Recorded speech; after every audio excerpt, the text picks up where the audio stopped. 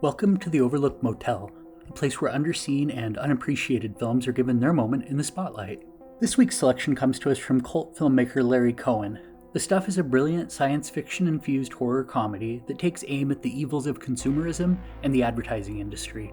It's a lighthearted and entertaining effort that features colorful characters, a hefty helping of intentional camp, and a wild narrative that never takes itself too seriously. The Stuff follows industrial espionage agent Mo Rutherford as he sets out to determine the secret behind the dessert craze known as the Stuff.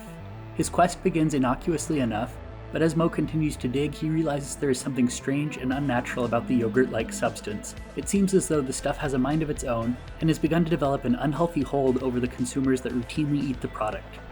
The commercial spots, musical jingle, and branding for the Stuff are all such fun. They serve as a perfect time capsule of the era in which the film was released and really capture the essence of what consumerism looked like in the 80s. On that note, the film serves as a biting satire of that very subject.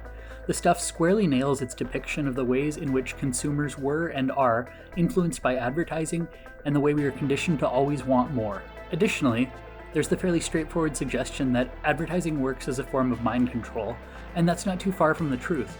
Many major corporations have some form of subliminal messaging in their advertising. FedEx, Wendy's, and Amazon all have some form of concealed messaging to be found within their logos, for example. Though the film serves up some brilliant consumerism-based satire, it's also a lot of fun taken purely at face value. Mo's quest to uncover the secret formula for the Stuff and the practices put in place to keep the so-called ingredients proprietary make for an amusing storyline. Further, watching Mo join forces with Chocolate Chip Charlie makes for a handful of truly exceptional comedic exchanges. Garrett Morris, who co-stars as Charlie, is such a talented, albeit underrated character actor. He's utilized to great comedic effect here. It's hilarious to watch him running around threatening to unleash his kung fu moves, always eager to offer the disclaimer that his fists are registered deadly weapons. Colorful characters aside, the flick also boasts some rather impressive practical effects sequences. The different ways in which the titular product takes shape and attacks anyone that gets in its way is depicted quite effectively. Even more memorable are the sequences where the Stuff takes over a person from the inside out, turning the person's human form into a white puddle of goo. It's especially impressive when considering this is a New World Pictures release. Owned by genre icon Roger Corman, the production company and distributor had a reputation for making movies on the cheap, and The Stuff was no exception to that rule. The flick was made for an estimated budget of $1.7 million at a time when budgets simply didn't stretch as far as they do now.